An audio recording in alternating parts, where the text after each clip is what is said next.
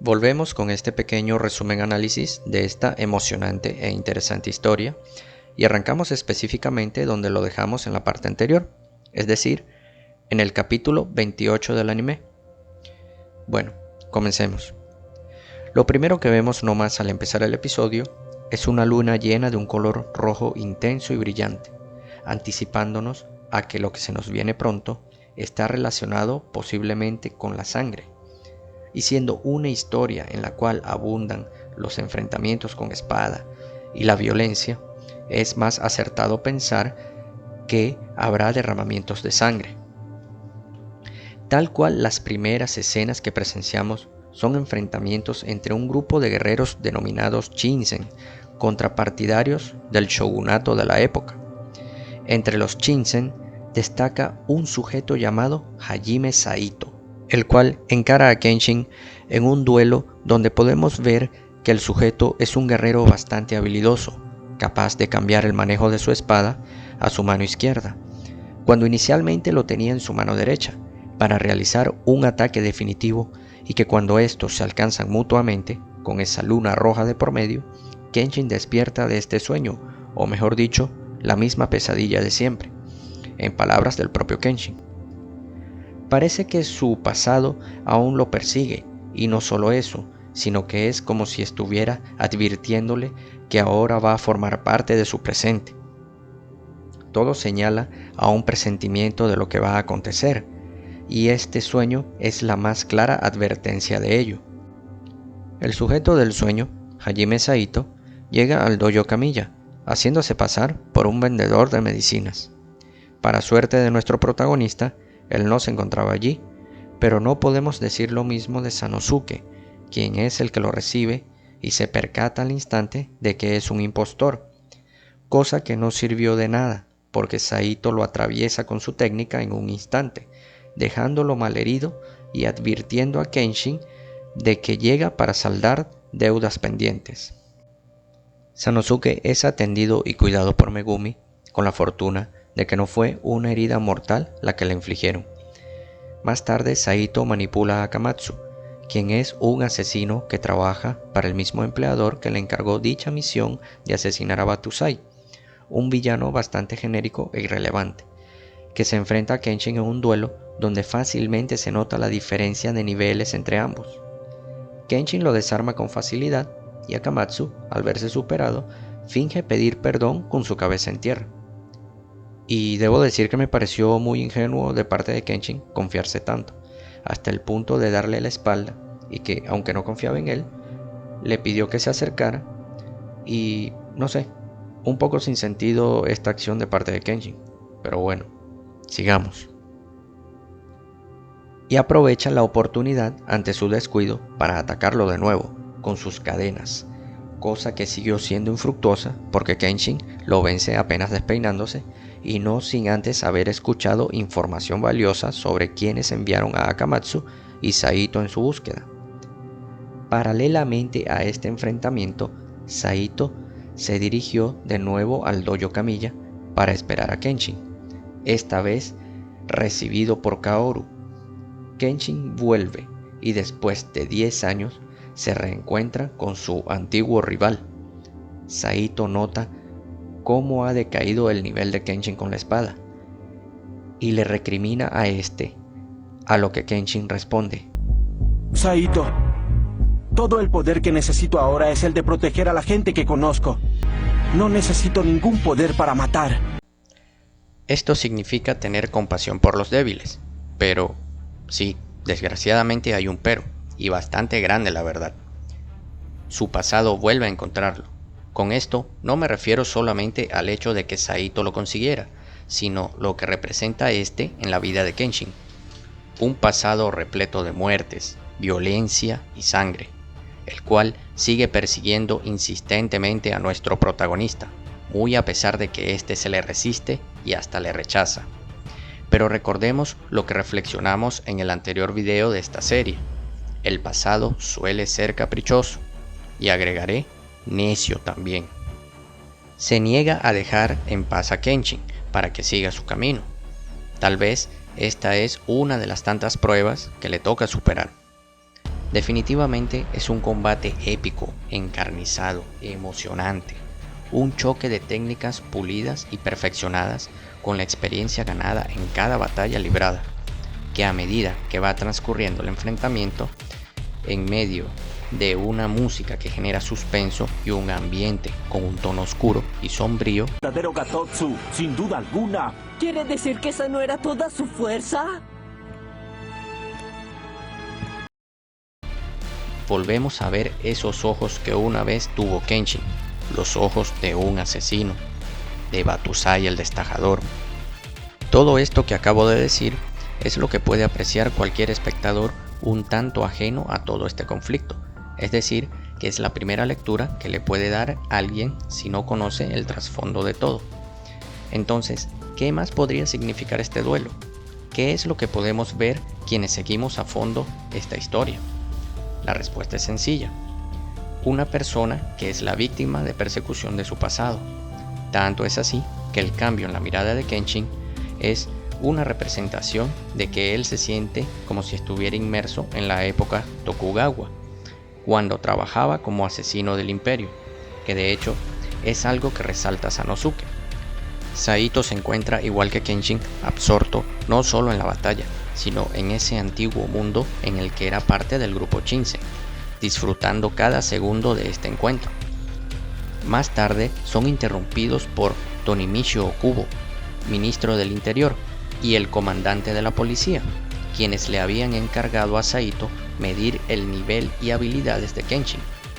También revelan información sobre un sujeto llamado Makoto Shishio, que será crucial y que sacudirá fuertemente esta historia. El propósito de la aparición de estos funcionarios es para ofrecerle un trabajo a Kenshin, el cual consiste básicamente en matar a Makoto Shishio para detener todos sus planes. Ciertamente Saito también es considerado como parte vital de este plan del gobierno para luchar contra Shishio, porque aunque hace un rato haya intentado matarse con Kenshin, su objetivo es eliminar todo aquello que atente contra la paz de Japón, y que cuyos métodos difieren totalmente de los de Kenshin. Básicamente le ofrecen a Kenshin un trato en el que se le eximirán ciertos actos cuestionables cometidos en el pasado. El desespero del gobierno Meiji por eliminar lo que se escapó de su control es evidente. Se fija como fecha límite para dar una respuesta sobre su decisión el día 14 de mayo de la 11ª era Meiji. Cuando llega ese día, notamos que Kenshin está ensimismado en sus pensamientos e indeciso. Caso contrario con Saito, que sabe perfectamente que es su deber realizar esta misión y que está muy convencido en ejecutarla. Se encuentra muy apegado a los antiguos ideales del extinto grupo Shinsen. Volviendo con Kenshin, vemos cómo sus amigos, quienes lo tratan como parte de su familia, intentan de varias maneras impedirle que acepte dicho trabajo. De camino para encontrarse con Kenshin, Okubo es interceptado y asesinado por un sujeto desconocido, quien se identifica como un secuaz de Shishio. Las ideas del ministro Okubo consistían en crear un estado soberano, un país que fuese dueño de sus decisiones y su destino, y no uno cuyo rumbo fuese decidido por una minoría, como de hecho seguía haciéndolo. Más tarde, Kenshin y Saito tienen una conversación bastante tranquila sobre el recién asesinado ministro y sobre qué harían de ahora en adelante, cuando hace poco estaban luchando a muerte. Tres personas tan distintas entre sí, con métodos tan diferentes, pero con un objetivo en común: lograr un Japón próspero y pacífico. En la noche, y en medio de un hermoso espectáculo de luciérnagas, Kenshin y Kaoru tienen un encuentro, en el que ésta le pide que desista de ir a Kioto, porque ella aún cree que él no es el mismo destajador de antes, y por lo tanto no tiene necesidad de realizar esa misión. Pero parece que Kenshin ya no piensa lo mismo. Su pelea contra Saito le hizo cuestionarse si realmente el destajador que era antes ya no seguía ahí, y es por eso que toma la determinación de ir a Kioto. Tal vez no está seguro, pero debe probarlo. Es su única alternativa. El estar negando y reprimiendo su instinto, si puede decirse así, como destajador, solo ha logrado mantenerlo tranquilo por un tiempo. Y sí, son 10 años, pero sin importar esto, ha vuelto a él. O deberíamos preguntarnos, ¿será que siempre estuvo ahí, formando parte de él? Toda la escena que rodea este momento es muy emotiva y conmovedora, porque presenciamos la despedida de Kenshin.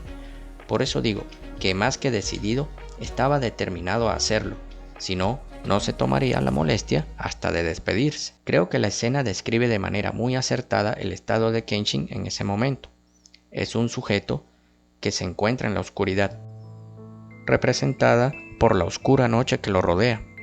Kaoru es esa luz que lo ilumina, que lo ha acompañado ya durante un buen tiempo, representada por esas pequeñas luciérnagas que vuelan a su alrededor, dando a entender también que sus luces son muy tenues aún para alumbrar con intensidad.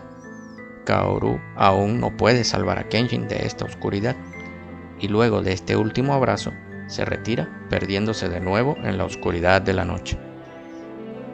Luego de la partida de Kenshin, apreciamos la reacción de cada uno de los personajes. Tenemos a Sanosuke, quien se muestra enfurecido ante la falta de palabra de Kenshin al irse sin avisarle, dicho por el mismo Sanosuke. Este insiste en ir a Kyoto para acompañarlo, cosa que es impedida por Saito, quien voy a decir, y rompiendo un poco con la seriedad de mis palabras, es el tipo más chat de esta historia. ¿Y cómo lo demuestra? No solo apalizando a Sanosuke a puño limpio, cuando se supone que es el fuerte de nuestro terco e impulsivo peleador favorito, sino dedicándole estas palabras.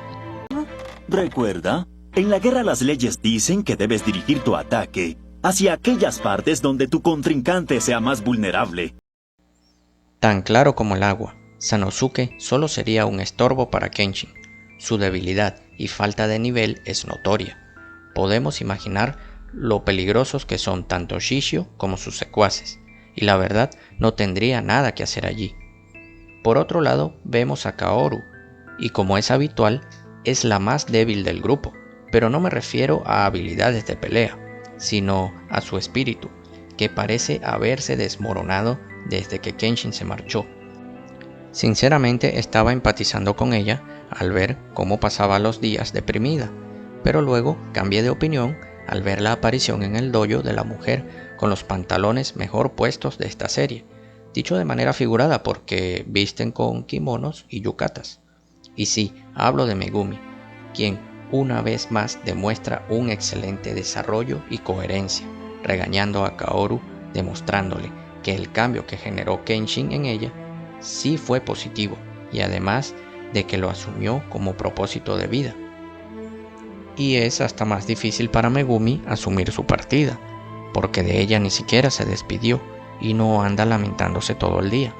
Claramente, así como Kaoru, Megumi también tiene sentimientos por Kenshin, pero creo que la diferencia entre una y otra radica en que Megumi lo tiene más claro y sabe demostrar y manejar mejor sus sentimientos sin perder el rumbo de su vida. Eso sí, hay una evidente falta de madurez tanto en Sanosuke, quien se portó cual joven caprichoso y berrinchudo, golpeando todo lo que tenía a su paso, como en Kaoru, que no tenía siquiera la voluntad de ingerir ningún alimento y permanecer postrada en cama todo el día, pero que de ambos casos sucedió algo en común, y es que las personas que ellos menos esperaban y con las que más suelen reñir, Saito con Sanosuke y Megumi con Kaoru, fueron los que les dieron la lección a cada uno para que se determinaran a buscar a Kenshin a Kyoto, teniendo muy presente todo lo que les deparará ese viaje.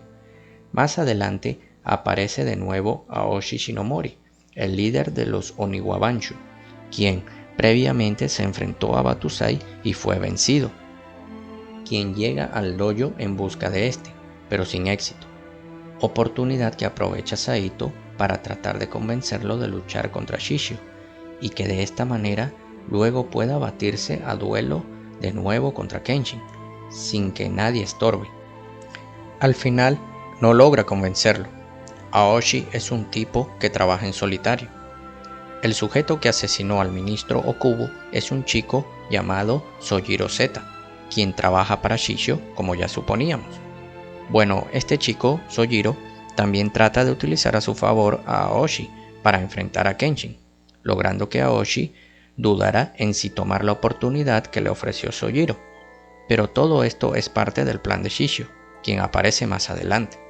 Es un sujeto cuyo cuerpo está cubierto de vendas y que las pequeñas partes de su rostro que muestran piel enseñan un tono de piel oscuro, por lo que podemos inferir que tiene quemaduras bastante fuertes en su cuerpo. Su mirada denota, como muchos guerreros que han asesinado, cierto nivel de sadismo y crueldad, además del trato y respeto de sus subordinados hacia él, quienes lo ven como una especie de eminencia y alguien a seguir. Desde aquí es que vemos por primera vez al villano principal de toda la serie. Caminando por el bosque, Kenshin y Misao, una joven ladrona que formaba parte del grupo de Aoshi, consiguen a un sujeto moribundo el cual abrazaba para proteger a su hermano menor. Resulta que él fungía como espía para la policía, reuniendo información acerca de Shishio y sus planes, pero fue descubierto y atacado por uno de los secuaces de Shishio. Cuando Kenshin y los demás llegan a la aldea, donde vive el chico cuyo nombre es Eiji, lo primero que encuentran es nada más y nada menos que los cuerpos golpeados y malheridos de los padres de Eiji. El chico se rompe y queda totalmente destrozado, cosa más que entendible. Este tipo de acontecimientos y de desgracias son muchas de las semillas que van dejando la guerra, la violencia, la lucha por el poder a cualquier costo. Todo esto muy bien encarnado y representado por Makoto Shishio. Sobre todo en entornos tan violentos, es común ver a niños o niñas a los que se les arrebata su inocencia y su luz. Eiji es un claro y triste ejemplo de ello. Un chico muy joven el cual perdió a toda su familia en un día, quedando a la buena de Dios contra un grupo que ni siquiera el gobierno puede controlar, como es la banda de Shishio. Al final, Kenshin se encuentra con Saito y juntos se dirigen al sitio donde se encuentra Shishio. Al llegar, son recibidos por Sojiro, quien los guía hasta donde está Shishio, y se produce el primer encuentro entre nuestros protagonistas y el villano. En el pasado, Shishio fue el asesino que heredó el puesto de Batusai, ejecutando varios trabajos para el gobierno, pero para su desgracia, este fue traicionado al poseer gran cantidad de información y conocimiento sobre todos los secretos oscuros de este, cuyo cuerpo fue quemado luego del ataque, pero que milagrosamente logró sobrevivir. Estas quemaduras fueron tan graves que el mismo Shishio reconoce que su cuerpo a veces expide calor, como si las llamas aún continuaran encendidas en su cuerpo. Es común pensar que la motivación es la venganza, pero él mismo expresa que no es así. De hecho, agradece que hayan tratado de deshacerse de él en el pasado, porque esto le enseñó a desconfiar, ya que solo lo veían como una herramienta. Él cree fervientemente que con poder y a lo que él llama justicia, logrará revolucionar el país, ya que considera débiles al gobierno actual. He ahí su verdadera motivación, la cual se condensa en una sola frase. En este mundo sobreviven los poderosos, pero no creo que el señor Himura comprenda esto.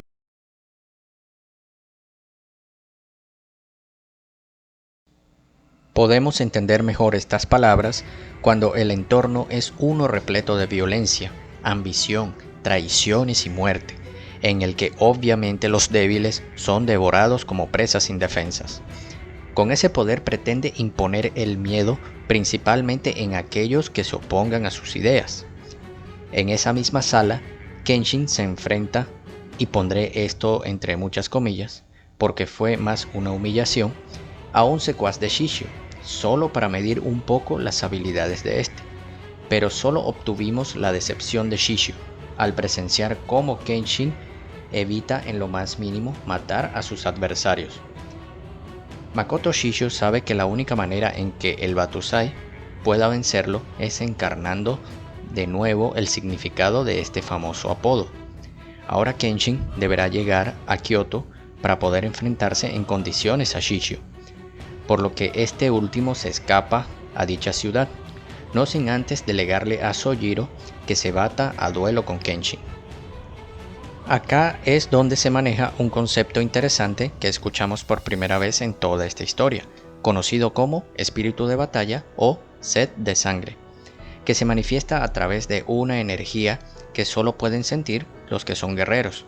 Dicha energía está conformada de acuerdo a la personalidad y mente del guerrero, y que gracias a la lectura de dicha energía, un contendiente puede saber cuál será el próximo movimiento de su oponente, prediciéndolo.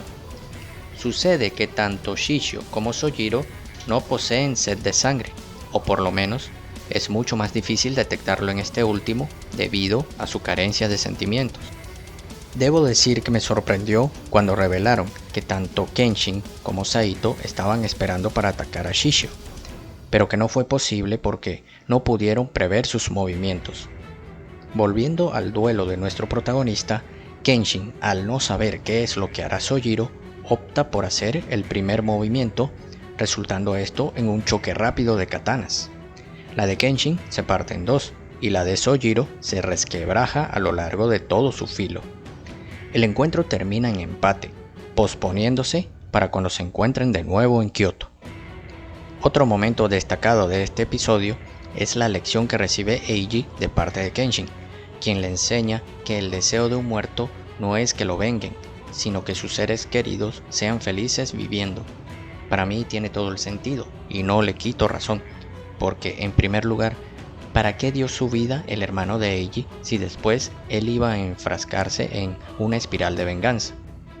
Ya que si esta hubiese sido su elección, entonces su sacrificio habría sido en vano. También me parecen acertadas las palabras de Kenshin cuando le dice que tampoco debe quedarse de brazos cruzados como la gente de su aldea, sin actuar frente a los enemigos, solo porque les gana el miedo o la impotencia, sino que debe luchar y defender a los suyos porque estos le necesitan. Al final, el chico es acogido por Saito para que lo críe su esposa. Me parece chistoso que un tipo como Saito, siendo como es, tenga esposa, pero bueno. Sabemos y sentimos que Kenshin y Saito son unos espadachines extraordinarios y que están a un nivel muy distinto de los demás, pero en el fondo también sentimos que esto no va a ser suficiente para hacerle frente a Shishio y sus fuerzas. Ellos deberán prepararse para lo que se avecina. No puedo pasar por alto la actitud de Kenshin ante todos estos acontecimientos, la cual es admirable si nos fijamos, porque fácilmente pudo haber optado por llenarse de resentimiento y venganza contra Shishio, por haber propiciado el asesinato de los padres de Eiji, por ejemplo. Pero no, a pesar de que sabe que debe enfrentarlo tarde o temprano, su motivación es más la justicia, sabe que debe detenerlo. Shishio es alguien contrario a los ideales de Kenshin, quien protege a los débiles. A Shishio no le importa aplastarlos, por su pensamiento de que solo sobreviven los fuertes. Él aborrece la debilidad y glorifica el poder, y es astuto en su manera de conseguirlo. Saito es muy similar en sus maneras a Shishio, solo que él no asesina sin motivo alguno, y tiene muy claro que lucha por el bien de Japón y su futuro. Además de que es un aliado indispensable para Kenshin, porque el sujeto aporta experiencia, seguridad y conocimientos. Incluso hace labores de inteligencia al formar parte del cuerpo de policía. De los demás personajes, solo sabemos que se dirigen a Kyoto, pero que no se imaginan cómo van a cambiar los destinos de cada uno de ellos. Pronto lo sabremos. Y bueno amigos, aquí termina este video. Espero que les haya gustado y les haya entretenido. Más adelante se viene la tercera parte del review análisis de esta historia. Fue un placer haber compartido una vez más mis perspectivas y puntos de vista con ustedes sobre todo lo que rodea a esta obra. Ahora tengo Instagram, por favor síganme, abajo dejaré el link. Y por supuesto, no olviden darle al botón de like si les gustó el video y compartirlo si es posible. Y no menos importante, suscribirse a este canal para que siga creciendo. Les deseo que reciban un feliz año junto a sus familias y que la pasen excelente. Nos vemos el próximo año. Paz para todos.